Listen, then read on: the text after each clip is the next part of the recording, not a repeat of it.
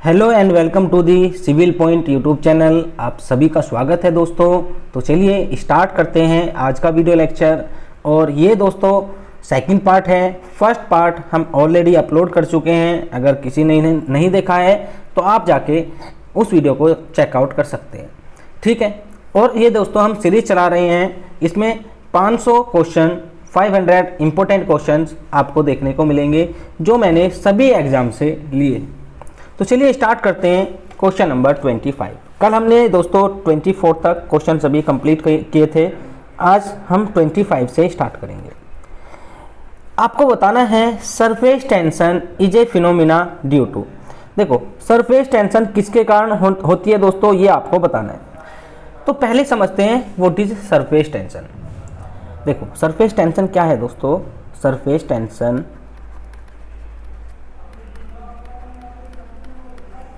Is a surface property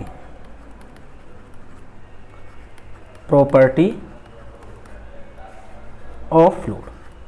मतलब जो हमारा फ्लूइड होता है उसकी सरफेस प्रॉपर्टी आपकी सरफेस टेंशन कहलाती है। अब दोस्तों सरफेस टेंशन को कैसे डिफाइन करेंगे। देखो सरफेस टेंशन एक्चुअल में होती क्या है। ये प्रॉपर्टी है जिसके कारण दोस्तों हर एक लिक्विड या हर एक फ्लूइड चाहता है कि अपनी जो सरफेस एरिया है उसको मिनिमाइज करें। It is a property of liquid due to विच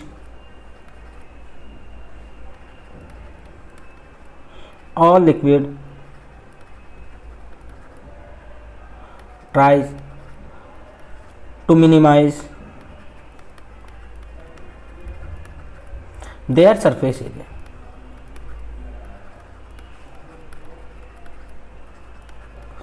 अब ऐसा क्यों है दोस्तों, क्योंकि देखो ये सरफेस एरिया कम करेगा तो इसका कोई रीजन होगा। रीजन क्या है दोस्तों कि देखो हर कोई चाहता है कि अपनी स्टेबल कंडीशन को बनाए रखना। मतलब अगर आप भी हैं दोस्तों तो आप भी स्टेबिलिटी चाहते हैं, ठीक है। स्टेबिलिटी कब आती है। स्टेबिलिटी दोस्तों कब आती है, जब सबसे कम एनर्जी होती है, जब लोवेस्ट एनर्जी होती है। लोवेस्ट एनर्जी भाई देखो ये बॉल यहाँ पे पड़ी है दोस्तों तो इसको बोलेंगे हम स्टेबल। क्यों, क्योंकि हम इसको दोस्तों कोई भी एनर्जी नहीं दे रहे हैं जिससे कि ये हिल डुल सके। तो कोई भी लिक्विड कब स्टेबल होगा, जब उसकी सरफेस एनर्जी सबसे कम होगी। तो इसके लिए क्या करता है दोस्तों, वो अपने एरिया को मिनिमाइज करने की कोशिश करता है। अब देखो एरिया अगर फ्रस्ट एरिया या सरफेस एरिया दोस्तों ज़्यादा होगा तो जाहिर सी बात है उसकी सरफेस एनर्जी उतनी ज़्यादा होगी। इसलिए ये क्या करता है दोस्तों, अपने एरिया को मिनिमाइज करने की कोशिश करता है। अब फिर क्वेश्चन कैसे बनता है दोस्तों, इससे पूछा जाता है it is A line force. मतलब ये एक लाइन फोर्स है दोस्तों, लाइन पे लगने वाली फोर्स है। कुछ इस टाइप से आपको दिखेगी, इस टाइप से सरफेस टेंशन। ये नीचे आपका बल्क है, बल्क मतलब लिक्विड, और ये इसकी सरफेस है।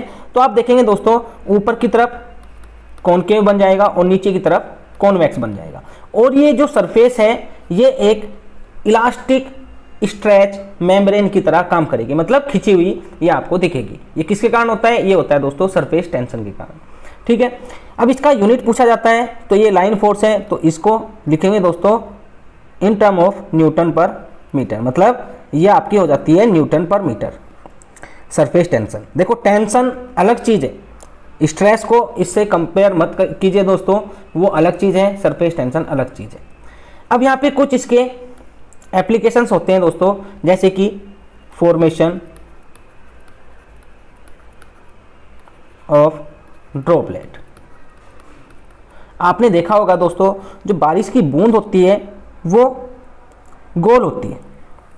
ऐसा क्यों, तो दोस्तों ऐसा इसलिए है कि अगर आप गिवन वॉल्यूम लेंगे, गिवन वॉल्यूम, और उसकी डिफरेंट शेप बनाएंगे तो सबसे कम एनर्जी आपकी स्फेयर की आएगी। स्फेरिकल जो बॉल होती है या स्फेरिकल शेप होती है उसकी सबसे कम एनर्जी होती है एट ए गिवन वॉल्यूम, ठीक है। तो ड्रॉपलेट में दोस्तों क्या होता है, ड्रॉपलेट में जो प्रेशर का डिफरेंस होता है वो किसके इक्वल होता है, ये होता है दोस्तों 4 सिग्मा अपॉन डी। सिग्मा क्या है दोस्तों, सरफेस टेंशन। देखो ये सभी चीजें पूछी जाती हैं, सरफेस टेंशन। डी क्या है दोस्तों, डायामीटर। और डीपी क्या है दोस्तों, प्रेशर डिफरेंस। देखो मैं यहाँ पे आपको नहीं दिखा सकता सभी चीजें, चलो कोशिश करते हैं। देखो ये मेरी बॉल है, अगर मैं इसको काटूंगा दोस्तों तो कैसा लगेगा। देखो सर्किल अलग होता है, स्फेयर अलग होता है, ठीक है। जब आप बॉल को काटेंगे तो कुछ इस टाइप से आपको दिखेगी बॉल, कुछ इस टाइप से दिखेगी, एक पार्ट ये और एक पार्ट ये, ठीक है। तो आप देखेंगे दोस्तों इसके सरफेस पर एक टेंशन जनरेट होगी जिसको बोलेंगे सरफेस टेंशन। और इसके मॉलिक्यूल के अंदर दोस्तों, मॉलिक्यूल क्या करेंगे, इसकी सरफेस, इसके अंदर, इसके पूरे इस एरिया में, इस टोटल एरिया में क्या लगाएंगे दोस्तों, एक फोर्स लगाएंगे जिसको बोलेंगे दोस्तों प्रेशर फोर्स, ठीक है। तो जो डीपी होती है दोस्तों वो होती है 4 सिग्मा अपॉन डी, ठीक है। ऐसे दोस्तों बात आती है आपकी formation of soap bubble. Soap bubble दोस्तों, इसमें आपको 2 सरफेस देखने को मिलेगी। 2 सरफेस कैसे, देखो एक सरफेस और एक सरफेस ये, मतलब एक सरफेस ये, एक सरफेस ये। इसमें दोस्तों लिक्विड होगा और अंदर आपका एयर होगी, ऐसे बनता है आपका बबल। तो इस पर एक सरफेस टेंशन एक्ट करेगी, इस पर एक सरफेस टेंशन एक्ट करेगी, तो हमारा जो डेल्टा पी आ जाएगा वो आ जाएगा दोस्तों 8 सिग्मा अपॉन डी। ऐसे दोस्तों जेट में होता है, तो जेट में आपका क्या होता है 2 सिग्मा अपॉन डी, ठीक है। सभी फॉर्मूले आपको ध्यान रखने हैं, क्वेश्चन पूछ सकता है। अब बात करते हैं सरफेस टेंशन आती क्यों है। तो दोस्तों ये आती है ड्यू टू कोहिजन। कोहिजन के कारण आती है। कोहिजन क्या है, एक अट्रैक्टिव फोर्स है, attractive force between this same particle. Same particle का मतलब जैसे कि पानी के मॉलिक्यूल हैं तो ये आपस में फोर्स लगाएंगे, ठीक है। और कैसी फोर्स लगाएंगे दोस्तों, ये अट्रैक्टिव फोर्स लगाएंगे, मतलब ये इसको खींचेगा और ये इसको खींचेगा।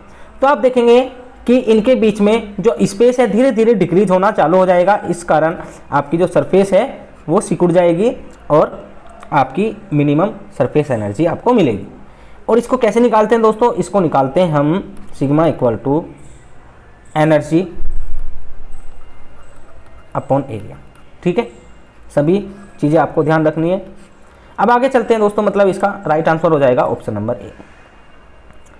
अब आगे चलते हैं क्वेश्चन नंबर 26 पर। क्वेश्चन नंबर 26 है पोइस इज द यूनिट ऑफ। आपको बताना है पोइस किसकी यूनिट है। तो देखो दोस्तों हमारे पास एक विस्कोसिटी होती है, विस्कोसिटी ये क्या है इसको जान लेते हैं, तभी आपको पता चलेगा कि पोइस क्या है। देखो विस्कोसिटी क्या है दोस्तों, viscosity is the frictional resistance. सभी चीज़ों को ध्यान से लिखना, frictional resistance offered by fluid in the direction opposite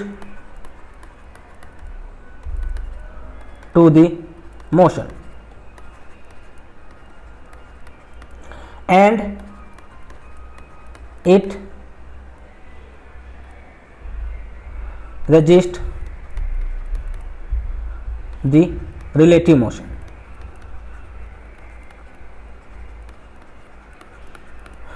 दोस्तों विस्कोसिटी क्या है, विस्कोसिटी है देखो एक फ्लूइड लेयर ये है, एक फ्लूइड लेयर ये दोस्तों फास्ट मूविंग है और ये स्लो मूविंग। इसका भी रीजन है क्यों होती है स्लो मूविंग, क्योंकि यहाँ पर बाउंड्री कंडीशन का रोल आ जाता है, ठीक है। तो देखो आप देखेंगे दोस्तों फास्ट मूविंग और स्लो मूविंग जो आपके लेयर्स हैं उनके बीच में एक वेलोसिटी ग्रेडियंट है, एक वेलोसिटी ग्रेडियंट है, क्योंकि क्या हो रहा है दोस्तों, रिलेटिव मोशन हो रहा है। और इस रिलेटिव मोशन को दोस्तों कौन अपोज करता है, मतलब ये वाली लेयर चाहेगी कि फास्ट मूविंग लेयर को स्लो डाउन करना, ठीक है। तो एक इस डायरेक्शन में फोर्स जनरेट होगी जिसको बोलते हैं दोस्तों फ्रिक्शनल फोर्स, और ये क्या है दोस्तों, यही आपकी विस्कोसिटी। विस्कोसिटी आपकी अगर बात की जाए दो टाइप की होती है, एक होती है दोस्तों डायनामिक विस्कोसिटी,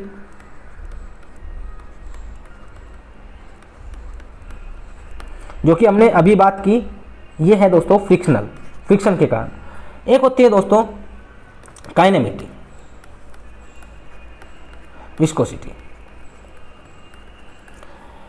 तो अगर बात की जाए डायनामिक विस्कोसिटी की, तो देखो डायनामिक जो विस्कोसिटी होती है उसको रिप्रेजेंट करते हैं म्यू से, और इसका दूसरा नाम भी होता है दोस्तों विस्कोसिटी,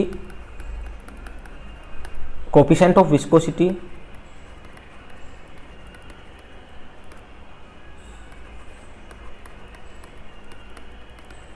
और absolute viscosity.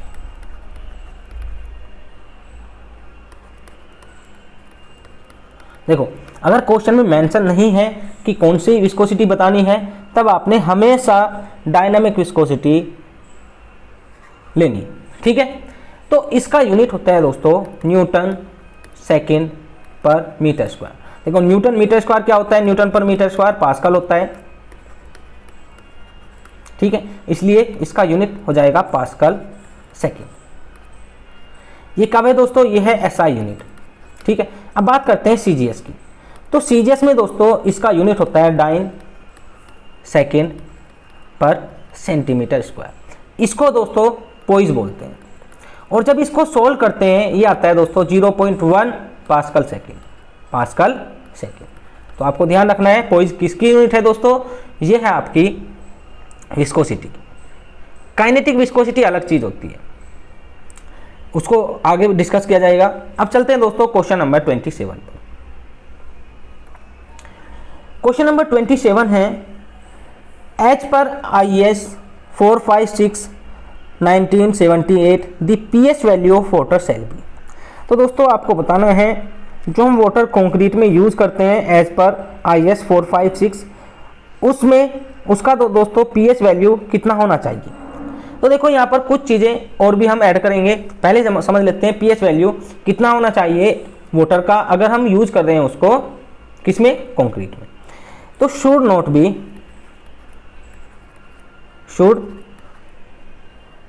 Not be less than 6 से कभी भी कम नहीं होना चाहिए। 6 से ऊपर जाता है दोस्तों, क्योंकि फिर एसिड इफेक्ट आ जाता है, एसिडिक इफेक्ट आ जाता है, ठीक है, जो कि कंक्रीट के लिए हार्मफुल होता है। अब बात करते हैं कुछ और पैरामीटर की जो कि IS 456 ने स्पेसिफाइड किए हैं फॉर वाटर, ठीक है, जो कि दोस्तों यूज होने वाला है कंक्रीट बनाने में। तो सबसे पहले बात करते हैं दोस्तों, सबसे पहले बात करेंगे हम ऑर्गेनिक कंटेंट। तो ऑर्गेनिक कंटेंट की बात करते हैं दोस्तों, तो ये होता है आपका 200 mg पर लीटर। कितना होता है, 200 mg पर लीटर। तो लिखेंगे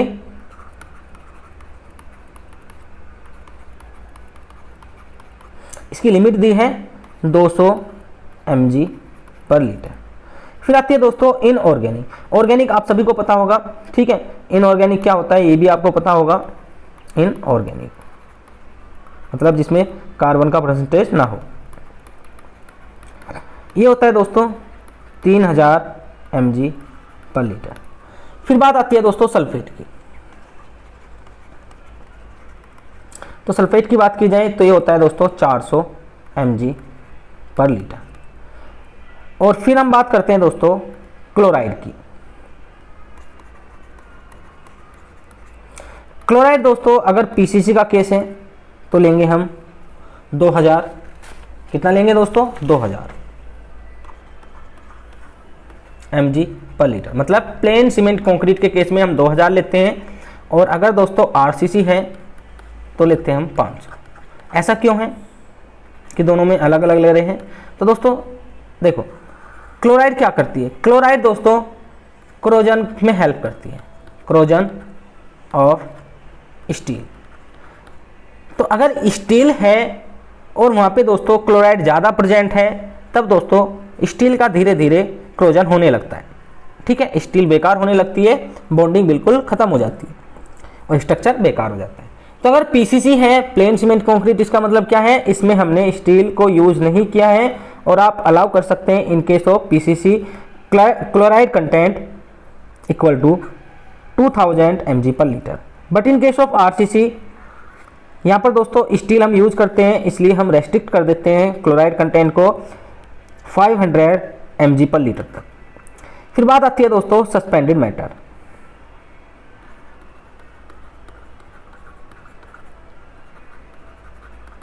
ये कितना लेते हैं, ये भी हम 2000 mg/L लेते हैं। तो सभी पॉइंट आपको ध्यान रखने हैं, कहीं से भी क्वेश्चन बन सकता है। अब चलिए दोस्तों आगे क्वेश्चन देखते हैं। Question number 28। क्वेश्चन नंबर 28 है दोस्तों, ordinary concrete is not used for concrete grade. आपको बताना है दोस्तों ऑर्डिनरी कंक्रीट इनमें से सेलेक्ट करके कि कौन सी ऑर्डिनरी कंक्रीट के अंदर नहीं आती है। तो देखो ये क्वेश्चन बिल्कुल गलत है। ठीक है, अगर बात की जाए, अब मैं बता रहा हूँ क्यों गलत। देखो हमारे पास IS 456 ने कुछ ग्रेड ऑफ कंक्रीट दिए हैं, ग्रेड ऑफ कंक्रीट देखेंगे उनको।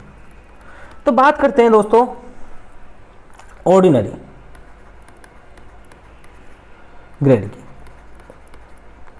तो उसमें 3 ग्रेड आते हैं, 3 नंबर आते हैं। 3 नंबर कौन कौन से हैं, M10, M15, M20। ठीक है, तो ऑर्डिनरी में आपको 3 ग्रेड देखने को मिलेंगे। बात करते हैं दोस्तों स्टैंडर्ड की। तो स्टैंडर्ड ग्रेड में आपको 7 ग्रेड देखने को मिलते हैं। M25, M30, M35, M40, M45, M50 and M55। 1 2 3 4 5 6 7, इसमें आपको 7 ग्रेड देखने को मिलते हैं। ठीक है, फिर बात करते हैं दोस्तों हाई स्ट्रेंथ की। हाई स्ट्रेंथ कंक्रीट, तो इसमें आपको 5 ग्रेड देखने को मिलते हैं, जो होता है दोस्तों M60 से लेकर M80 तक। ठीक है, इसमें आपके 5 ग्रेड देखने को मिलेंगे और स्टैंडर्ड में आपके 7 और ऑर्डिनरी में आपके 3। ये हम बात कर रहे हैं दोस्तों 2013 से पहले की। उसके बाद दोस्तों एक अमेंडमेंट हुआ, अमेंडमेंट नंबर 4, और उसके बाद दोस्तों चीज़ें बदल गई। ऑर्डिनरी ग्रेड आपके 8 हो गए और स्टैंडर्ड ग्रेड आपके 4 रह गए। 8 कौन कौन से थे दोस्तों, मतलब 60 को भी हमने इसमें इंक्लूड कर लिया। लिख लेना ये सभी पॉइंट जो मैं बोल रहा हूँ। ठीक है, और यहाँ पे रह गए दोस्तों M65 से लेकर M80 तक। ठीक है, बट ऑर्डिनरी ग्रेड में आपका कोई भी चेंज देखने को नहीं मिला। अब बात करते हैं दोस्तों क्वेश्चन पर। क्वेश्चन में पूछा है इनमें से कौन सा हम ऑर्डिनरी ग्रेड में यूज़ नहीं करते हैं। तो देखो M40 ये किसका है, स्टैंडर्ड ग्रेड का है, और M25 ये भी किसका है दोस्तों, स्टैंडर्ड ग्रेड का है, स्टैंडर्ड ग्रेड। बट इसमें अगर मैं आंसर लगाऊंगा दोस्तों, मैं लगाऊंगा ऑप्शन नंबर डी M40। ठीक है, आगे चलते हैं। और दोस्तों इनका प्रोपोर्शन भी पूछा जाता है, तो देख लेना प्रोपोर्शन कितना होता है। M10 का कितना होता है, M10 का होता है 1:3:6। ठीक है, मैंने कैसे याद कर रखा है दोस्तों, 6 3 9 और 1 10। तो ऐसे आपको भी ध्यान रखना है, 1 3 4 और 6 10। फिर आता है दोस्तों M15। तो जैसे जैसे ऊपर जाते हैं वैसे वैसे दोस्तों ये चीज़ें घटती चली जाती हैं, क्योंकि हमको क्या चाहिए, हम ज़्यादा सीमेंट यूज करने लगते हैं। सीमेंट का तो हम एक ही रखेंगे, बट इसको घटाते जाते हैं। तो ये होता है आपका 1:2:4। ठीक है, फिर आता है दोस्तों 20 होता है आपका 1:1.5:3। फिर आता है दोस्तों M25, ये होता है आपका इस टाइप से। ठीक है, और आप चेक कर लेना अगर मैंने कुछ गलती की है।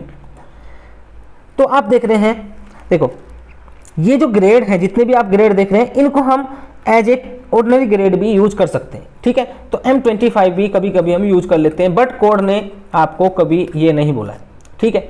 अब ऑर्डिनरी जो ग्रेड होते हैं दोस्तों, उनको हम एक्सपीरियंस के बेसिस पे लेते हैं। देखो ये जो हम प्रोपोर्शन निकाल रहे हैं, ये जो प्रोपोर्शन निकाल रहे हैं दोस्तों, ये हम एक्सपीरियंस के बेसिस पे निकाल रहे हैं, ना कि एक्चुअल। हमने टेस्टिंग नहीं की है, हमने दोस्तों टेस्टिंग नहीं की है, ठीक है। हम क्या कर रहे हैं, एक्सपीरियंस के बेसिस पे कि भैया 1 2 4, जैसे कि हम बोलते हैं ना, एक दीवार बनाई दोस्तों A, और फिर एक दीवार बनानी है आपने B, ठीक है। तो हमने A दीवार में ये वाला मसाला यूज किया, तो आप क्या करेंगे, B दीवार में भी उसी को यूज कर देंगे। तो क्या आपने इसकी रिक्वायरमेंट देखी? नहीं। हमने क्या किया दोस्तों, हमने एक्सपीरियंस के बेसिस पे इनको निकाल दिया। अब आगे चलते हैं क्वेश्चन नंबर 29 पर। क्वेश्चन नंबर 29 है optimum moisture content is obtained from. तो दोस्तों इसमें बताना है आपको ऑप्टिमम मॉइस्चर कंटेंट किससे हम निकालते हैं। पहले समझते हैं ऑप्टिमम मॉइस्चर कंटेंट क्या होता है। देखो ऑप्टिमम मॉइस्चर कंटेंट वाटर की या मॉइस्चर की वो अमाउंट होती है जिस पर मैक्सिमम ड्राई डेंसिटी हमको मिलती है, ड्राई डेंसिटी। अब आप बोलेंगे ऐसा कैसे होता है। देखो जब मैं कंपैक्ट करता हूं किसी चीज को, तो आपने देखा होगा दोस्तों, उसमें हम पानी मिलाते हैं। पानी क्यों मिलाते हैं?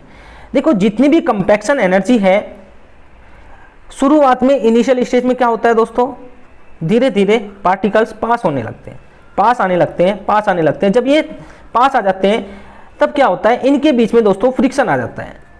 तो आपने अगर 10 एनर्जी दी और 2 इसमें चली गई, तो 8 क्या होगा दोस्तों, 8 ही काम में आएंगी, 2 लॉस हो जाएंगी फ्रिक्शन के रूप में।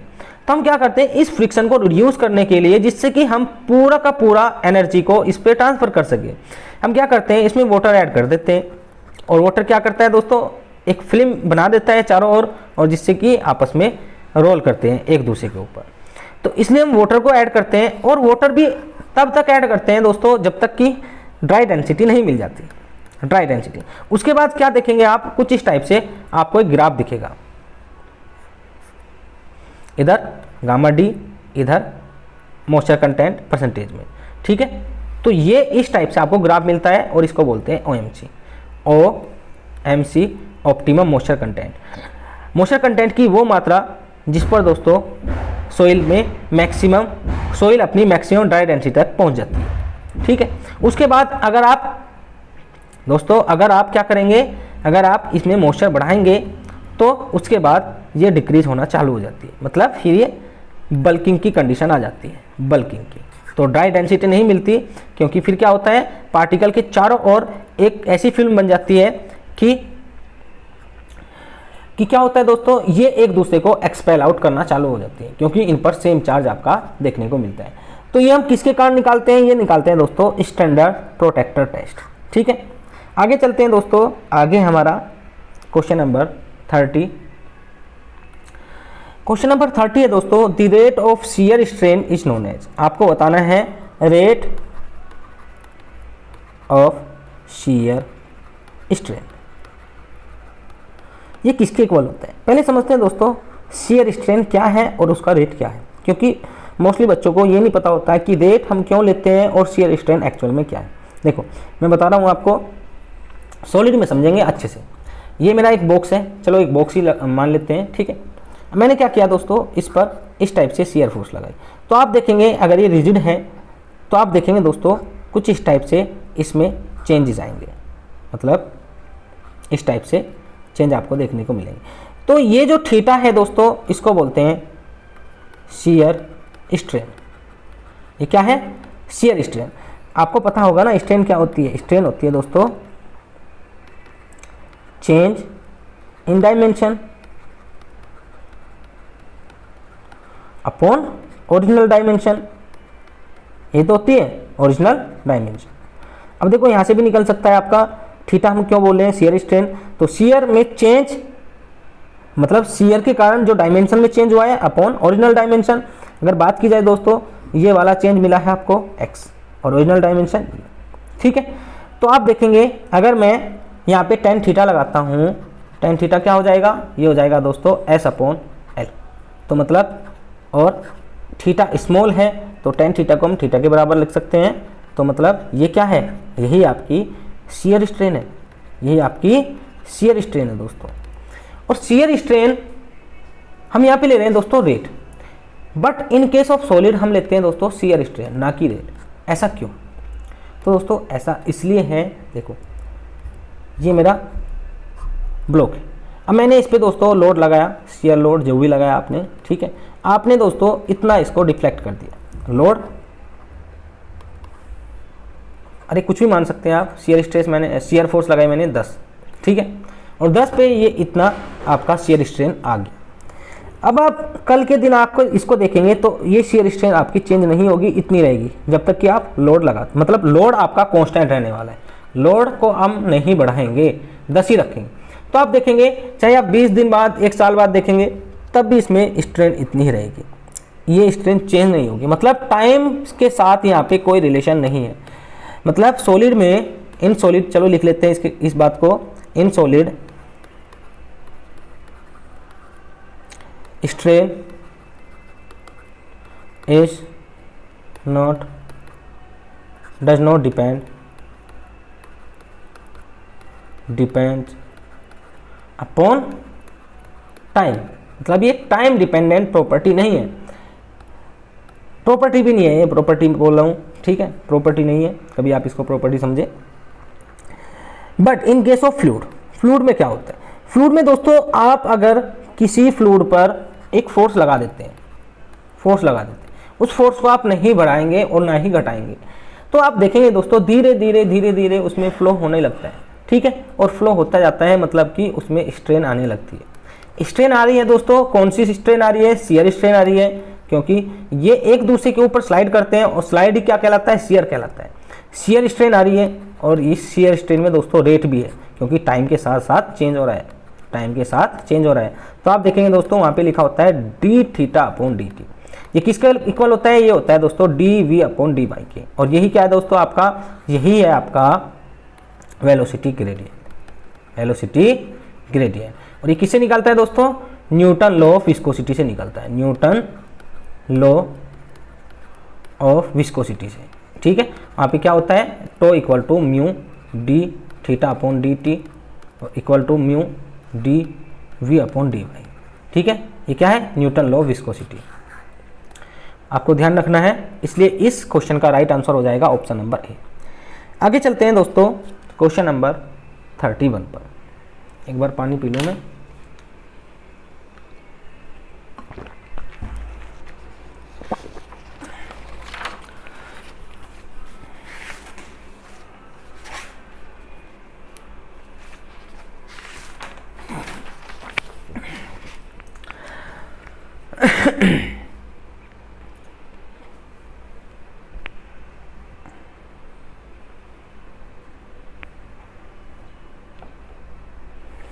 तो देखते हैं दोस्तों क्वेश्चन नंबर 31।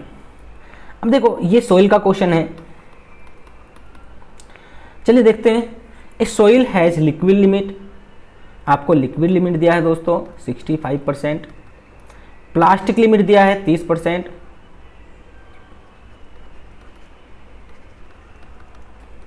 श्रिंकेज लिमिट दिया है दोस्तों WSR 25%, and it has natural moisture content of 45%, WN दिया है दोस्तों 45%। आपसे क्या पूछा है, आपसे पूछा है दोस्तों लिक्विडिटी इंडेक्स। तो चलिए इसको देखते हैं कैसे इसको निकालना है। तो देखो दोस्तों लिक्विडिटी इंडेक्स क्या होता है, इसको डिनोट करते हैं IL से, ये होता है आपका WN upon minus WP upon IP, ठीक है। WN आपको पता है मैंने, ये क्या है, natural water content present in soil. अभी बात करेंगे सभी की, इंडिविजुअल सभी को बताऊंगा मैं क्या क्या चीज़ होती है, क्योंकि यहाँ पे दोस्तों बहुत ज़्यादा प्रॉब्लम आती है। क्या है नेचुरल वाटर कंटेंट, ठीक है, समझने में बहुत ज़्यादा दिक्कत आती है, वैसे तो आप सभी को पता होगा। WP क्या है, WP है दोस्तों water content eight plastic stage, और IP क्या है दोस्तों, प्लास्टिसिटी इंडेक्स है। अब चलिए निकालते हैं, IP को हम लिखते हैं WL माइनस WP। तो यहाँ पे फॉर्मूला जो हमारा फाइनल निकल के आएगा वो क्या आएगा, ये आएगा दोस्तों IL equal to WN minus WP upon IP WL minus WP। WN हमारा कितना है दोस्तों 45%, WP कितना है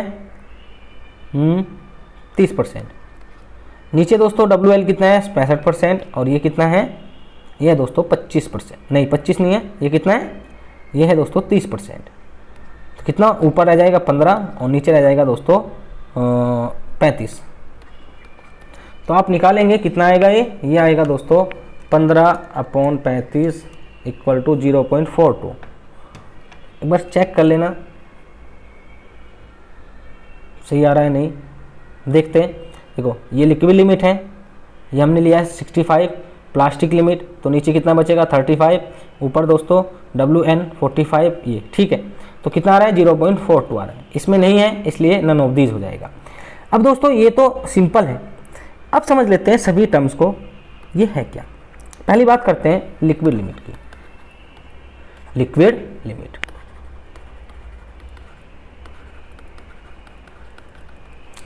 लिक्विड लिमिट दोस्तों पहले समझना, ये एक वाटर कंटेंट है, ये एक वाटर कंटेंट है।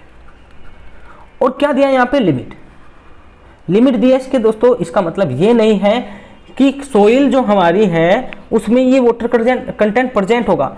ये बताया दोस्तों इसकी कैपेसिटी, इसकी कैपेसिटी कि ये कितना वाटर कंटेंट इसमें होगा, ठीक है। मतलब किस वाटर कंटेंट पे जाके ये फ्लो करेगी, किस वाटर कंटेंट पे जाके ये फ्लो करेगी, इसका मतलब होता है दोस्तों लिक्विड लिमिट। मतलब वाटर की मिनिमम वो क्वांटिटी, वाटर की मिनिमम वो क्वांटिटी जिस पर सोइल फ्लो करना चालू कर देती है, उसी को क्या बोलते हैं, लिक्विड लिमिट बोलते हैं। बात करते हैं दोस्तों प्लास्टिक लिमिट की। तो वाटर की वो क्वांटिटी दोस्तों जिस पर सोइल को किसी भी शेप में हम बना सकते हैं। मतलब आप इसको खिलौने बना सकते हैं, बर्तन बना सकते हैं, कुछ भी बना सकते हैं।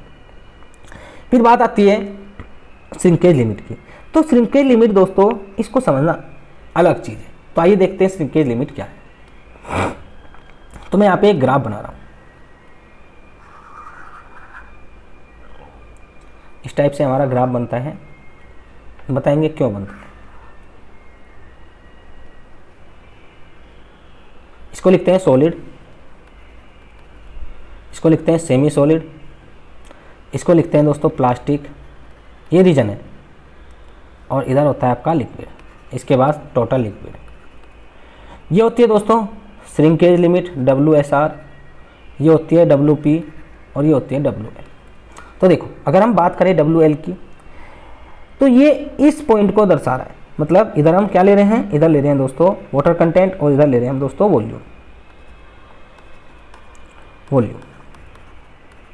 तो देखना ये पॉइंट जो आप देख रहे हैं, इससे आगे ही आपका लिक्विड स्टेट है, इससे पीछे आपका प्लास्टिक स्टेट। तो अगर आपसे कोई ये पूछे कि बताओ भाई लिक्विड को, सोइल को लिक्विड फॉर्म में लाना है, फ्लो कराना है, तो कितना वाटर लगेगा, तो क्या आप बताएंगे कि मिनिमम वाटर इतना लगेगा WL। इससे ऊपर तो चला ही जाएगा, बट इससे नीचे जरा सा भी आप जाएंगे तो लिक्विड स्टेट नहीं है, आपका प्लास्टिक स्टेट है। तो मिनिमम अमाउंट कितना चाहिए, WL के बराबर चाहिए, जिससे कि सोइल लिक्विड स्टेट में पहुंच जाए। ऐसे आपका WP है। और WSR क्या है दोस्तों, WSR समझते हैं। देखो मैं इसको इरेज कर रहा हूं थोड़ा सा,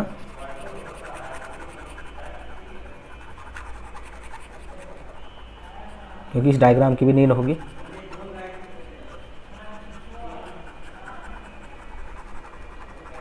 अगर आपको पता है तो अच्छी बात है, ठीक है, पर मैं बिल्कुल यूनिक वे में बताऊंगा और आज के बाद आप नहीं भूलेंगे। देखो ये है हमारा सॉइल। तो सॉइल में आपको पता है नीचे सॉलिड होता है, मतलब फेज डायग्राम बना रहे हैं, ठीक है। सॉइल आपको ऐसी थोड़ी दिखेगी। और इसमें होता है दोस्तों आपका वॉइड्स, ऊपर वॉइड्स होता है। वॉइड्स में आपका पानी आ सकता है, एयर आ सकता है, दोनों चीज़ आ सकती है। अभी बात कर रहा हूँ मैं सूखी सॉइल की, मतलब ड्राई सॉइल की। इसका मतलब क्या है, वाटर इसमें 0।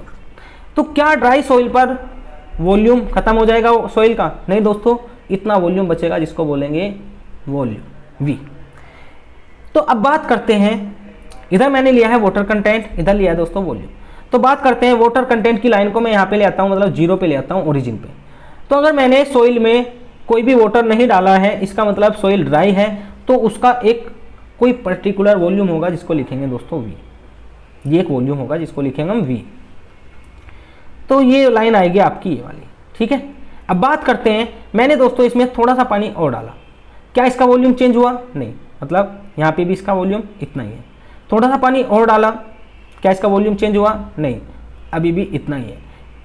थोड़ा सा और डाला दोस्तों, धीरे धीरे धीरे धीरे मैं इस स्टेज तक आ गया, मतलब मैंने इसको फुल सैचुरेट कर दिया है।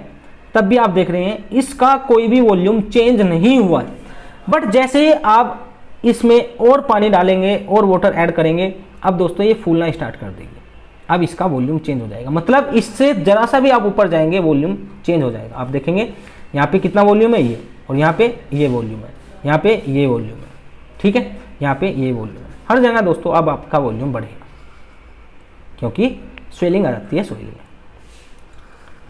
वाटर मॉलिक्यूल एक्सपैंड करने लगते हैं, ठीक है, सोइल को। इसी लिमिट को हम क्या बोलते हैं? इसी लिमिट को दोस्तों श्रिंकेज लिमिट बोलते हैं। अब देखो, श्रिंकेज लिमिट वाटर कंटेंट की वो मात्रा है, वो मैक्सिमम लिमिट है दोस्तों। देखो इसको कैसे लिखेंगे, यहाँ पे स्पेस नहीं है,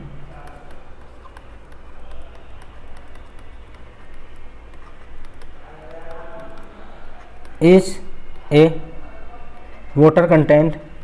अब आप बताएंगे मैक्सिमम होगा या मिनिमम होगा। वाटर कंटेंट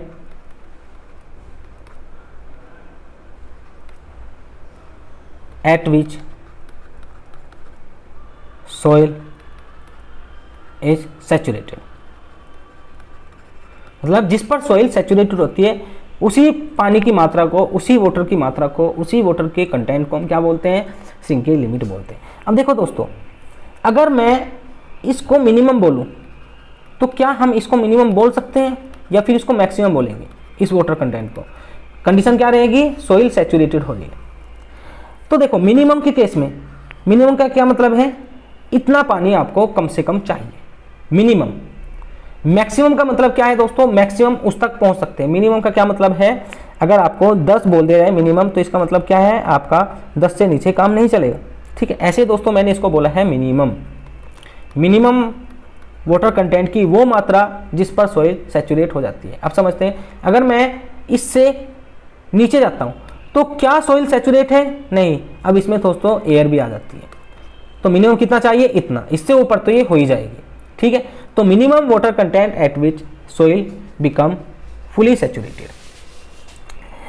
फिर बात करते हैं दोस्तों सेकंड डेफिनेशन। सेकंड डेफिनेशन ये बोलती है कि मैक्सिमम अमाउंट ऑफ वाटर की मात्रा है जिस पर दोस्तों, मतलब अगर हम देखो यहाँ पे आते हैं, मैं क्या कर रहा हूँ? वाटर को रिड्यूस करते जा रहा हूँ, रिड्यूस करते जा रहा हूँ, रिड्यूस करते जा रहा हूँ, रिड्यूस करते जा रहा हूँ। कब तक रिड्यूस करेंगे? एक मैक्सिमम लिमिट आएगी, मतलब मैक्सिमम लिमिट आएगी। मैंने बोल दिया 10 एक मैक्सिमम लिमिट है, इसका मतलब 10 से अब हम इसको और नीचे नहीं ले जाएंगे, 10 से अब इसको और नीचे नहीं ले जाएंगे। 10 तक मैंने इसको रेस्ट्रिक्ट कर दिया है, ठीक है। आप 10 तक इसको मैक्सिमम 10 तक घटा सकते हैं, इससे नीचे आप नहीं घटा सकते। इसका मतलब क्या है? इस पॉइंट तक इसके वॉल्यूम में डिक्रीज आपको देखने को मिलेगा, और इसके बाद अगर आप इसके वाटर कंटेंट में चेंज लाते हैं, रिडक्शन लाते हैं, मतलब वाटर कंटेंट को रिड्यूस करते हैं, तो आपको कोई भी वॉल्यूम चेंज नहीं देखने को मिलेगा। लिखेंगे it is the maximum limit of water content below which no reduction in volume take place, ठीक है। तो ये मैक्सिमम लिमिट है, टेक प्लेस। अब बात करते हैं दोस्तों अपने सिंपल IL की, लिक्विड लिमिट। फॉर्मूले पे चलते हैं। देखो यहाँ से कुछ भी क्वेश्चन बन सकता है, इसलिए सभी क्वेश्चन को मैं अच्छे से कराऊंगा। तो हमने देखा WN minus WP upon WL minus, चलो इसको IP लिख लेते हैं। तो अगर हम बात करें WN की, तो दोस्तों ये सोइल है, और सोइल में मौजूद वाटर की जो मात्रा है, जो पानी की मात्रा है, उसको क्या बोल रहे हैं हम, नेचुरल वाटर कंटेंट। ठीक है, कि इसका वाटर कंटेंट कितना है, इसमें पानी की मात्रा WN है। ठीक है, वे लिमिट थी, ये इसमें एक्चुअल में प्रेजेंट है, वे लिमिट है दोस्तों कि इस लिमिट में जाके ये इस स्टेट में बदल जाएगा। अगर बात की जाए WN की, और WN दोस्तों WP से ज़्यादा है, देखना, तो इसका मतलब क्या है, इसका मतलब IL क्या हो जाएगा दोस्तों, 1 से बड़ा हो जाएगा, क्योंकि ये पूरी की पूरी आपका, सॉरी अभी इसको इरेज करो, आई थिंक मैंने कुछ गलत कर दिया है, यहाँ देखते हैं। देखो WN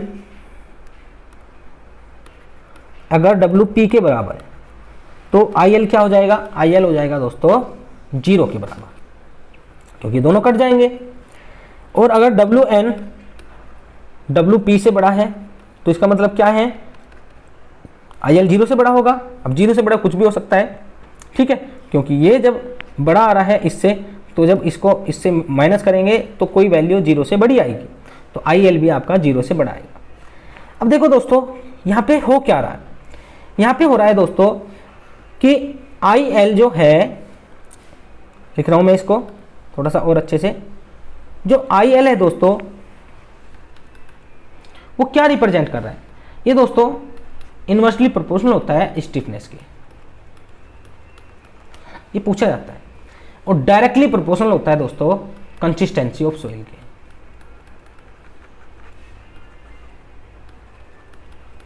क्यों, देखो WN, अगर WN दोस्तों उसमें प्रेजेंट है किसके इक्वल, WP के इक्वल, तब आपका IL हो जा रहा है 0। और WN अगर WP से ज़्यादा जा रहा है तब दोस्तों ये 0 से बड़ा आता है। इसका मतलब क्या है, अगर IL आपका बढ़ेगा बढ़ेगा बढ़ेगा दोस्तों, तो उसमें क्या दोस्तों, उसमें या तो आप बोल सकते हैं WN की परसेंटेज ज़्यादा है, या आप ऐसे भी बोल सकते हैं WP की परसेंटेज कम है। इसका मतलब क्या है, इसका मतलब ये है कि सोइल अब दोस्तों जल्दी ही प्लास्टिक स्टेट में आ जाएगी, जल्दी ही प्लास्टिक स्टेट में आ जाएगी, और उसके बाद जल्दी ही लिक्विड स्टेट में आ जाएगी। मतलब इसमें कंसिस्टेंसी बहुत ज़्यादा है, कंसिस्टेंसी बहुत ज़्यादा है, जल्दी ये फेज चेंज कर दिया है। और यही क्या रिप्रेजेंट करता है दोस्तों, लैक ऑफ स्टिफनेस को, यही लैक ऑफ स्टिफनेस को रिप्रेजेंट करता है। तो आपको इस बात का भी ध्यान रखना है, ठीक है। तो अगर आपसे कोई पूछे IL किसके इक्वल होता है, मतलब प्रोपोर्शनल होता है, तो ये कंसिस्टेंसी के प्रोपोर्शनल होता है, बट स्टिफनेस के ये इन्वर्सली प्रोपोर्शनल होता है। अब कोई स्टूडेंट ये मत बोल देना कि कंसिस्टेंसी के भी ये इन्वर्सली प्रोपोर्शनल होता है। दोस्तों ये 1/IC के इन्वर्सली प्रोपोर्शनल होता है, ना कि कंसिस्टेंसी के, ठीक है। इसको भी आगे चल के बताऊंगा। चलो इसी की बात कर लेते हैं, इसकी बात ही कर रहे हैं तो देखो IC क्या होता है। IC होता है दोस्तों कंसिस्टेंसी इंडेक्स। कंसिस्टेंसी इंडेक्स को हम कैसे लिखते हैं, हम लिखते हैं दोस्तों WL माइनस WN/IP। तो देखो अगर WL के बराबर हो जाए तो ये 0 हो जाएगा, और दोस्तों अगर WN WL से ज़्यादा हो जाए तब ये माइनस वैल्यू आएगी, मतलब IC 0 से इक्वल आएगा।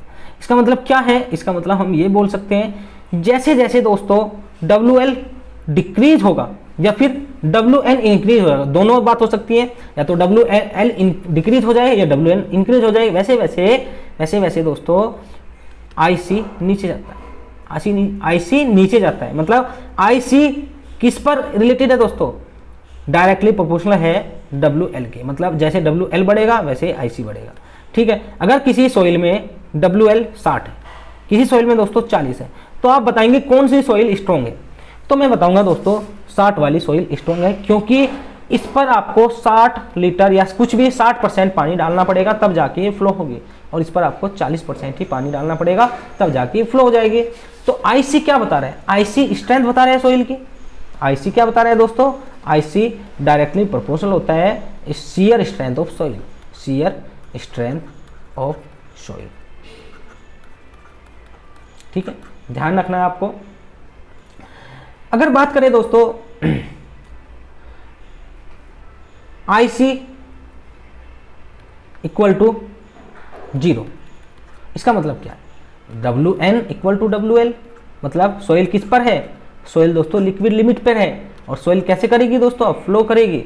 और अगर हम बात करें IC equal to IC greater than 1, इसका मतलब क्या है? इसका मतलब ये है दोस्तों कि जो WN है वो बड़ा है WL से, और सोइल आपकी सेमी सॉलिड है, ठीक है, सेमी सॉलिड कंडीशन में सोइल आपको दिखेगी। आगे चलते हैं दोस्तों, क्वेश्चन नंबर 32। क्वेश्चन नंबर 32 है दोस्तों, which one of the following shows the time factor for 50% of consolidation. देखो सिंपल क्वेश्चन है। अब यहाँ पे आपको टाइम फैक्टर बताना है, तो टाइम फैक्टर दोस्तों हमारे दो फॉर्मूले होते हैं। ये डिपेंड करता है, इट डिपेंड्स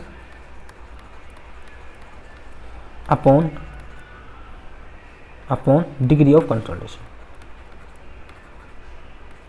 मतलब कितना कंसोलिडेशन हुआ है, कितना डिग्री हुआ है, 50 डिग्री, 60 डिग्री। तो अगर ये 60 डिग्री से कम है यू का, मतलब डिग्री ऑफ कंसोलिडेशन 60% से कम है, तब हम दोस्तों टीवी लेते हैं π/4 म्यू का स्क्वायर, ठीक है। और ध्यान रखना है आपको, म्यू किस में रखना है? म्यू परसेंटेज में आपको नहीं रखना है, ठीक है, यहाँ पे विदाउट परसेंटेज हम रखेंगे। फिर बात करते हैं दोस्तों, अगर यू आपका ग्रेटर देन 60 है, तब टीवी हम लेते हैं 1.78। एग्जैक्ट कितना होगा? एग्जैक्ट आप फॉर्मूला चेक करना, बड़ा फॉर्मूला है, ठीक है, मैं रिकॉल करके देख रहा हूँ, -0.933 log 10 100 माइनस, यहाँ पे जो u लिया जाएगा वो परसेंटेज में लिया जाएगा, ठीक है। तो यही एग्जैक्ट आपका फॉर्मूला है।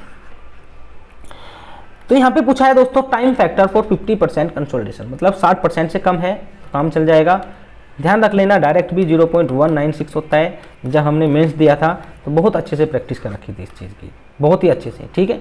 और ऐसा नहीं है कि काम नहीं आया, बहुत अच्छे से नंबर भी आए हैं दोस्तों, ठीक है। सोइल मेरा बहुत ही फेवरेट सब्जेक्ट है। अब देखते हैं दोस्तों टीवी हम कैसे निकालेंगे इसमें। तो π/4 0.5 का स्क्वायर हो जाएगा। आप इसको सोल्व करेंगे तो कितना आएगा? 0.785 × 0.5 का स्क्वायर, ठीक है। और अगर किसी का दोस्तों मेंस का पेपर है तो आप मुझसे बोल सकते हैं, मेरे पास नोट्स रखे हैं जिससे मैंने मेंस निकाला, उसमें आपको थ्योरी के क्वेश्चन भी मिल जाएंगे। टोटल थ्योरी के क्वेश्चन मैंने एक पेज पे बना रखे हैं कि कौन कौन सी थ्योरी पूछता है। स्पेशली मैं बात कर रहा हूँ SSC JEE की, ठीक है। इसमें मेरे 100 क्वेश्चन हैं जो थ्योरी के हैं, उससे बाहर कभी नहीं आएगा और ना ही आज तक आया है, ठीक है। कुछ न्यूमेरिकल का पोर्शन है जो आपका 80% लगता है, ठीक है। पहले ही प्रिडिक्ट कर दूंगा कि इतना आएगा तो इतना आपका आएगा, उससे कम नहीं आएगा, ठीक है। अगर इन फ्यूचर आप SSC JEE का एग्ज़ाम देंगे तो आप मुझसे बता देना, नोट्स मेरे पास रेडी रखें। अब बात करते हैं दोस्तों क्वेश्चन नंबर 33।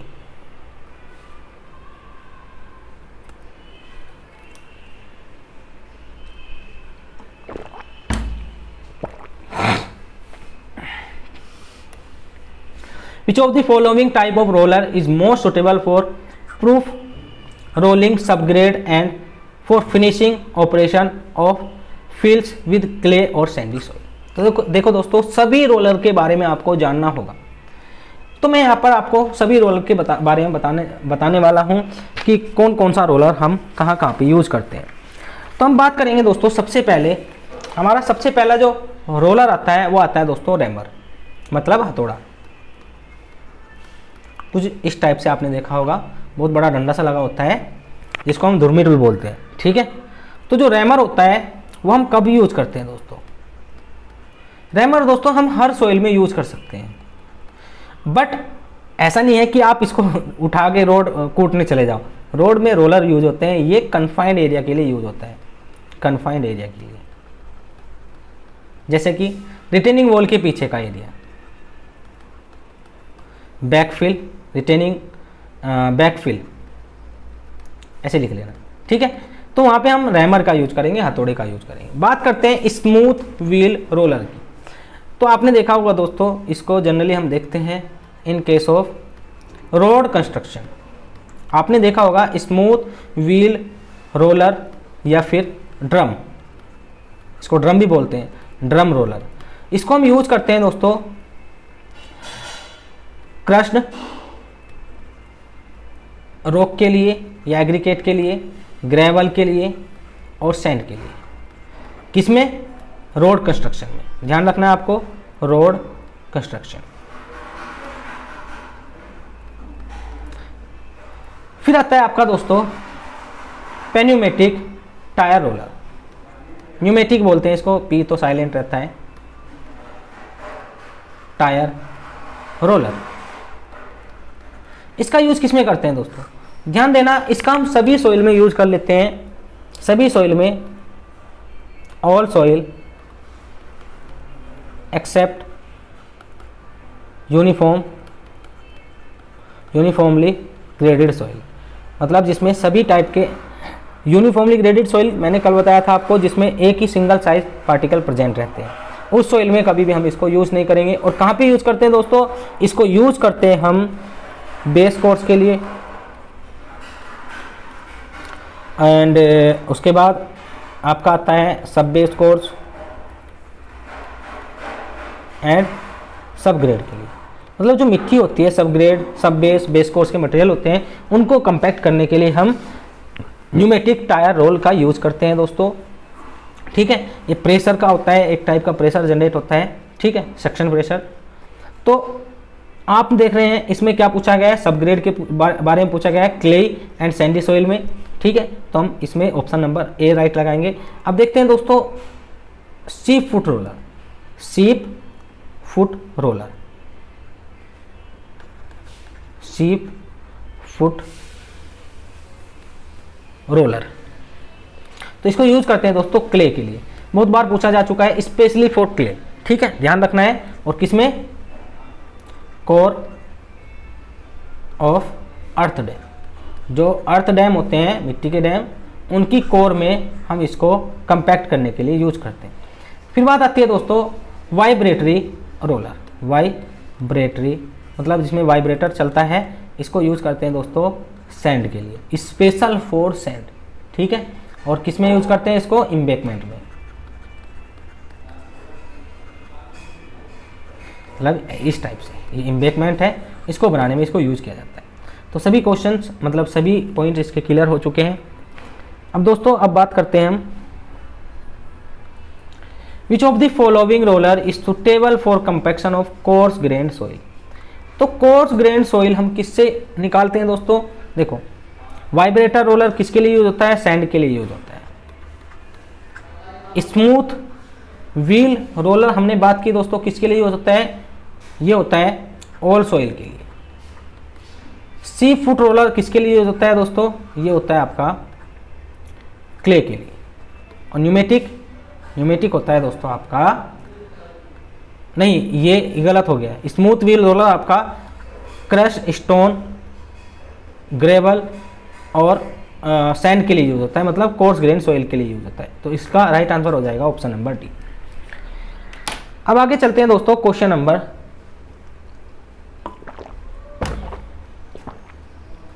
35।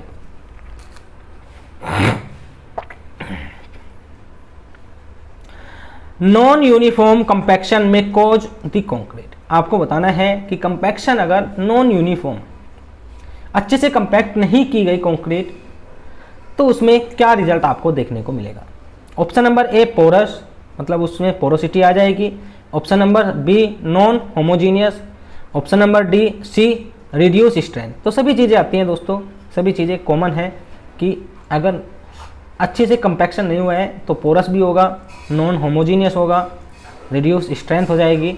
ठीक है, 5% आई थिंक 1% वॉइड 5% स्ट्रेंथ को डिक्रीज करते हैं, ये भी आपको ध्यान रखना है। ठीक है, तो जितने ज़्यादा वॉइड उसमें बचेंगे उतनी ज़्यादा स्ट्रेंथ उसकी रिड्यूस होगी। अब देखते हैं दोस्तों क्वेश्चन नंबर 36। क्वेश्चन नंबर 36 है दोस्तों, the clay deposit having thickness of 10 centimetre and void ratio 0.5 undergoes settlement and now its final void ratio is 0.2 and thickness of the thickness of settlement layer is, आपको बताना है। देखो एक हमारी layer है कुछ इस टाइप से और उस पर दोस्तों लोड लगा है, ठीक है। उसका इनिशियल थिकनेस हमने माना H0, ठीक।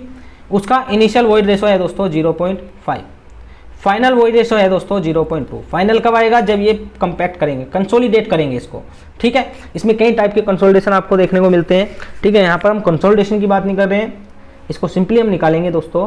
यहाँ पे हमको सेटलमेंट देखना है, कितना सेटलमेंट हुआ है, मतलब ये सोइल का फेज था और उसके बाद दोस्तों ये रह गया, तो ये वाला सेटलमेंट आपको बताना है। इसमें ई एफ हो जाएगा आपका 0.2, इसमें ई नोट हो जाएगा आपका 0.5 और इसकी थिकनेस हो जाएगी आपकी H0, ठीक है। कितना है? 10 सेंटीमीटर।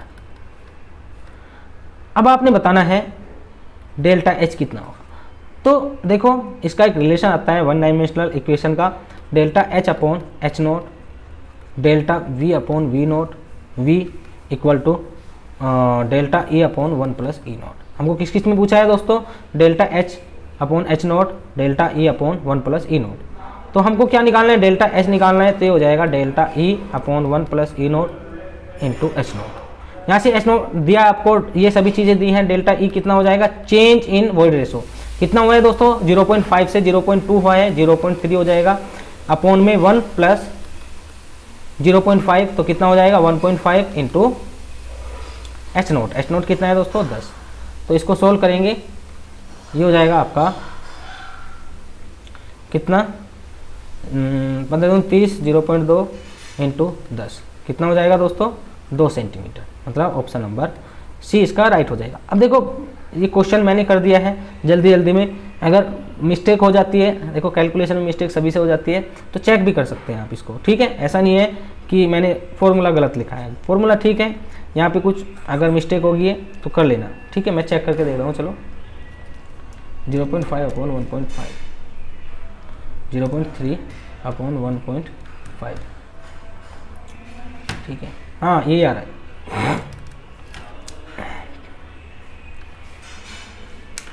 एक दोस्तों कभी भी एक पेपर पे रिलाई मत किया करो कि एक ही पेपर देना है जीवन में, सभी पेपर दिया करो, चाहे वो हार्ड है या इजी है, गेट TSC है, कुछ भी हो, आपको सभी पेपर देने चाहिए। एक तो नॉलेज बढ़ती है उससे और आप टच में रहते हैं। Which of the following represent the percentage limit of porosity of compacted sand. दोस्तों आपको बताना है कंपैक्टेड सैंड में पोरोसिटी कितनी होगी। तो ये होती है दोस्तों 50 से 60%, 50 से 60%। नहीं दिया है तो हम कितना लेंगे? 40 से 50%। ऑप्शन नंबर डी इसका राइट हो जाएगा। अब चलते हैं दोस्तों क्वेश्चन नंबर 38। क्वेश्चन नंबर 38 है reciprocal of density is known as, मतलब ये पूछा, तो इसको बोलते हैं दोस्तों स्पेसिफिक वॉल्यूम।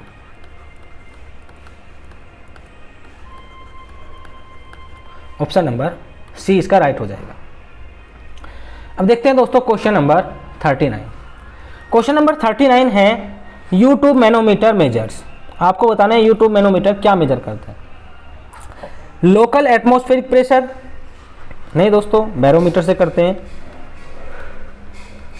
ठीक है। Difference in pressure between 2 point देखते हैं। Difference in total energy, energy यहाँ पे आ जाएगी। देखो प्रेशर भी एक एनर्जी होती है, बट यहाँ पर हम ये वाली एनर्जी यूज नहीं करते, ठीक है। एब्सोल्यूट प्रेशर ये तो कभी भी नहीं होगा। तो दोस्तों देखो सभी ऑप्शन गलत है, सभी ऑप्शन गलत है as per my opinion, because अगर बात की जाती है दोस्तों डिफरेंशियल मैनोमीटर, देखो मैनोमीटर में भी दो केस होते हैं, एक होता है दोस्तों सिंपल मैनोमीटर, ठीक है, एक होता है दोस्तों डिफरेंशियल मैनोमीटर, ठीक है।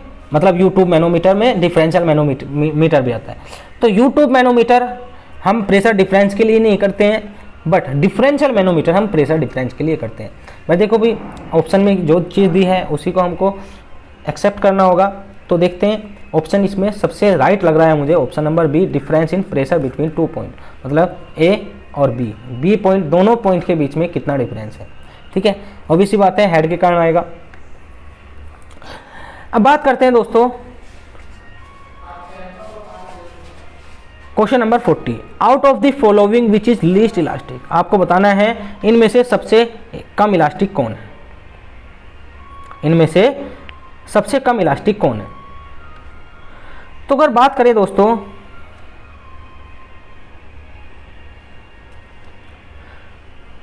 इसका राइट आंसर हो जाएगा ऑप्शन नंबर डी, रबर। कैसे दोस्तों, अब आप बोलेंगे रबर को तो हम इलास्टिक ही बोलते हैं, भाई रबर को हम क्या बोलते हैं, इलास्टिक ही बोलते हैं, तो ये कैसे सबसे कम इलास्टिक हुए। तो दोस्तों ये जनरली मिस कॉन्सेप्ट होता है कि जो ज़्यादा खींचता है वो ज़्यादा इलास्टिक होता है। अब समझते हैं दोस्तों इलास्टिसिटी क्या होती है। देखो elasticity is the property of material by virtue of which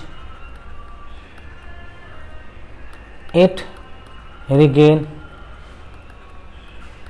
its shape after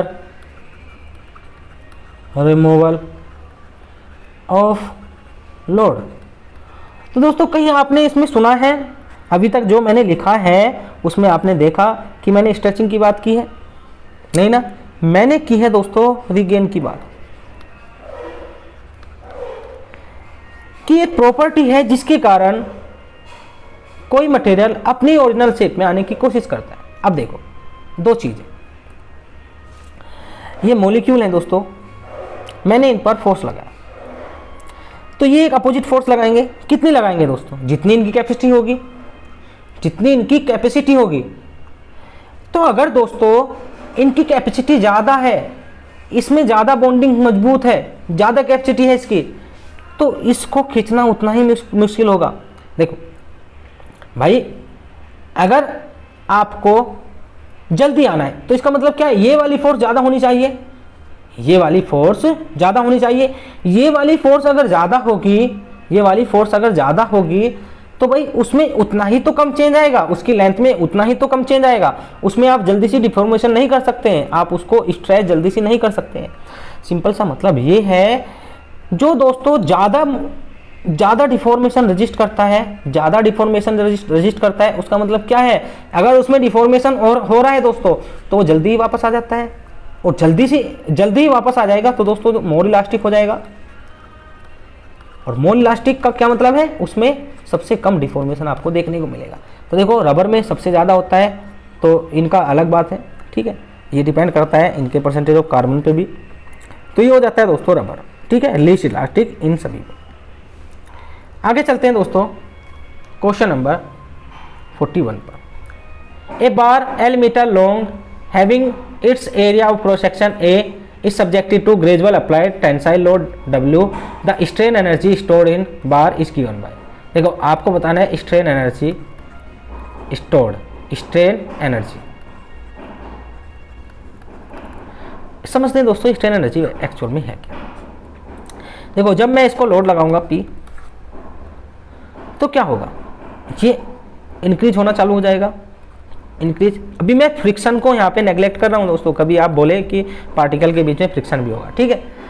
तो आप देखेंगे इसमें स्ट्रेन आ रहा है, तो ये एनर्जी कहाँ जा रही है दोस्तों, ये एनर्जी कहाँ जा रही है, ये इसमें एक्यूमुलेट होती जा रही है, इन पार्टिकल्स में एक्यूमुलेट होती जा रही है, जिससे कि अगर आप इनको हटाएंगे, इस लोड को हटाएंगे, तब रिवर्स एक आपको वर्क डन मिलने लगेगा, वर्क डन, जो क्या करेगा, इसकी लेंथ को जो पहले स्ट्रेचिंग हुई थी उसको घटा के इसकी ओरिजिनल शेप में लाने की कोशिश कर। यही एनर्जी आपकी स्ट्रेन एनर्जी कहलाती है, यही आपकी स्ट्रेन एनर्जी कहलाती है, जो कि पार्टिकल गेन कर लेते हैं। कुछ पार्ट फ्रिक्शन में चला जाता है, तो आप देखेंगे दोस्तों, आप देखेंगे कि पूरी तरह से कभी भी स्ट्रेन खत्म नहीं होती है, कुछ पार्ट बच जाता है, क्योंकि कुछ पार्ट फ्रिक्शन में चला जाता है एनर्जी का। तो जितनी एनर्जी आपने बाहर से लगाई उतनी एनर्जी इसमें स्टोर नहीं हो पाती है, कुछ पार्ट फ्रिक्शन में उसको गर्म करने में चला जाता है, ठीक है। तो कुछ एनर्जी के कारण ये स्ट्रेन बच जाती है, जिसको बोलते हैं परमानेंट स्ट्रेन। अब इसकी बात नहीं करेंगे, बहुत लंबा लेक्चर हो जाएगा। बात करते हैं स्ट्रेन एनर्जी। तो देखो ये डिपेंड करता है लोडिंग रेट पर। अगर लोडिंग है दोस्तों ग्रेजुअल, तो ग्रेजुअल लोडिंग में आप देखेंगे, अगर मैं इधर बना रहा हूँ स्ट्रेन और स्ट्रेस, ठीक है। इधर हमने क्यों लिया है स्ट्रेस, क्योंकि ये फंक्शन होता है स्ट्रेन का, और जो फंक्शन होता है दोस्तों स्ट्रेन आपकी इंडिपेंडेंट होती है स्ट्रेस से, ठीक है। तो ये आपकी इस एक्सिस पे आएगी, मतलब स्ट्रेस आपकी इस एक्सिस पे आएगी और स्ट्रेन आपकी इस एक्सिस पे आएगी, ठीक है। तो भाई देखो, जब आप इंडिपेंडेंट बोल रहा हूँ, डिपेंडेंट होती है, ठीक है। तो जब आप स्ट्रेस लगाएंगे, ग्रेजुअली स्ट्रेस लगा रहे हैं दोस्तों, मतलब लोड को ग्रेजुअली बढ़ा रहे हैं, मतलब एक आपने बढ़ाया तो एक ही स्ट्रेन आई, दो आपने बढ़ाया दो ही स्ट्रेन आई, तो आपको कुछ इस टाइप से कर्व देखने को मिलेगा, और इसका आप एरिया निकाल लेंगे इस पॉइंट तक। कितना हो जाएगा, ये हो जाएगा दोस्तों हाफ इंटू सिग्मा इंटू ई। अब अगर इसका मैं यूनिट निकालूं तो न्यूटन पर मीटर स्क्वायर, एप्सिलॉन का कुछ नहीं होता है। तो देखो यहाँ पे मुझे क्या करना होगा, वॉल्यूम से और मल्टीप्लाई करना होगा, क्योंकि एनर्जी की यूनिट होती है दोस्तों न्यूटन मीटर, ठीक है। आप निकाल के देखना। तो इससे मैं क्या करता हूँ, इसको जब डिवाइड करूँगा तो हो जाएगा न्यूटन मीटर। मतलब इसमें हम क्या करते हैं, थोड़ा सा और इसको मॉडिफाई करके लिख लेते हैं, half into stress into strain into volume, ठीक है। अगर स्ट्रेस को दोस्तों मैं स्ट्रेस को लिखूं तो देखो ग्रेजुअल लोड था, इस पर ग्रेजुअल लोड लग रहा है, तो स्ट्रेस कितनी आएगी, स्ट्रेस आएगी, लोड कितना है, W है, W अपॉन A। देखो यहाँ पे देखते हैं, तो W upon 2 into A into strain into volume तो है हमारा। अब स्ट्रेन को अगर मैं लिखने जाऊँ दोस्तों, स्ट्रेन क्या हो जाएगी, स्ट्रेन हो जाएगी आपकी, देखो स्ट्रेस क्या होती है, स्ट्रेस होती है आपकी young modulus into strain. Strain क्या हो जाएगी, स्ट्रेस इंटू यंग मॉडुलस। तो यहाँ पे हम लिख सकते हैं नहीं, इसी में, चलो इसी में करते हैं, इसको बाद में करेंगे, तो फिर W आपको डबल नहीं लिखना पड़ेगा। तो half into sigma square into E into volume. मुझे क्या लिखना है, सिग्मा क्या हो जाएगा, W अपॉन A, इसका स्क्वायर कर देंगे क्योंकि सिग्मा का भी स्क्वायर है। तो यहाँ पे आप देखेंगे half into W square upon A square, ठीक है, इंटू ई पहले से ही है और वॉल्यूम ये। तो अगर दोस्तों मैं क्या करता हूँ, मैं A से इसको काटता हूँ तो मेरे पास क्या बचता है, मेरे पास दोस्तों L बचता है, ठीक है। तो ये हो जाएगा आपका नीचे A स्क्वायर है ना, हाँ, तो एक A से ये कट जाएगा तो L बचेगा, तो ऊपर भी L, तो देखो L की क्यूब, अभी भी आप देख सकते हैं ये L की क्यूब और ये L स्क्वायर, तो मतलब L, और ये क्या हो जाएगा L की 4। मेरा कहने का मतलब ये है WL इंटू, अगर मैं इसकी यूनिट लिखूँगा तो ये भी मीटर में आ जाएगी, तो मैं इसको भी L ही लिख रहा हूँ, L की क्यूब, और नीचे आपका एरिया स्क्वायर, तो एरिया स्क्वायर ये हो जाएगा, कट जाएगा, तो सिंपली आपका क्या बचेगा, W स्क्वायर, ठीक है, W स्क्वायर, और नीचे, अरे पता नहीं क्या हो रहा है, सही नहीं हो रहा है, ये था हमारा sigma upon E into volume, ठीक है। सिग्मा का वैल्यू अपने रखना है W अपॉन ए, यहाँ पे रखेंगे तो ये हो जाएगा दोस्तों W square upon A square into E into volume, ठीक है। L तो अभी नहीं है मेरे पास, ठीक है। तो ये हो जाएगा आपका strain energy half into W square into length की पावर 3 अपॉन A स्क्वायर, मतलब मीटर की पावर 4, मतलब लेंथ की पावर 4 इंटू ई।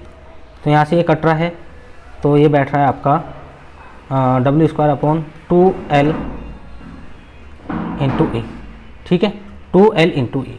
अब मैं क्या करता हूँ दोस्तों, L से दोनों, मतलब L से ऊपर मल्टीप्लाई, L से नीचे डिवाइड, तो L स्क्वायर क्या हो जाएगा, L स्क्वायर, और ऊपर आ जाएगा आपका ये W square L upon 2, L square क्या हो जाएगा A इंटू ई। तो मतलब जो हमारा क्वेश्चन बनेगा इसका ऑप्शन आ जाएगा option number A W² L upon ये होगा, ठीक है 2A, ठीक है, इस टाइप से। देखो मैं जल्दीबाजी में हूँ इसलिए मैंने बहुत जल्दी किया है, आप इसको ठीक से कर लेना, सिंपल है इसलिए मैंने ज़्यादा इसमें दिमाग नहीं लगाया। अब क्वेश्चन है दोस्तों क्वेश्चन नंबर 42। एक बार रुको यार, बाहर कोई खड़ा है इसलिए मैं जल्दी में हूँ। आंटी बताओ, झाड़ू बाद में लगाना, अभी मैं काम कर रहा हूँ।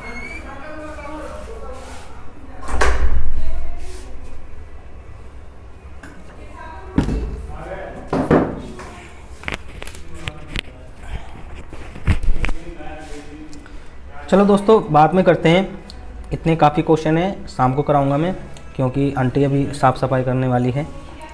तो मिलते हैं दोस्तों नेक्स्ट वीडियो लेक्चर में। Thank you for watching.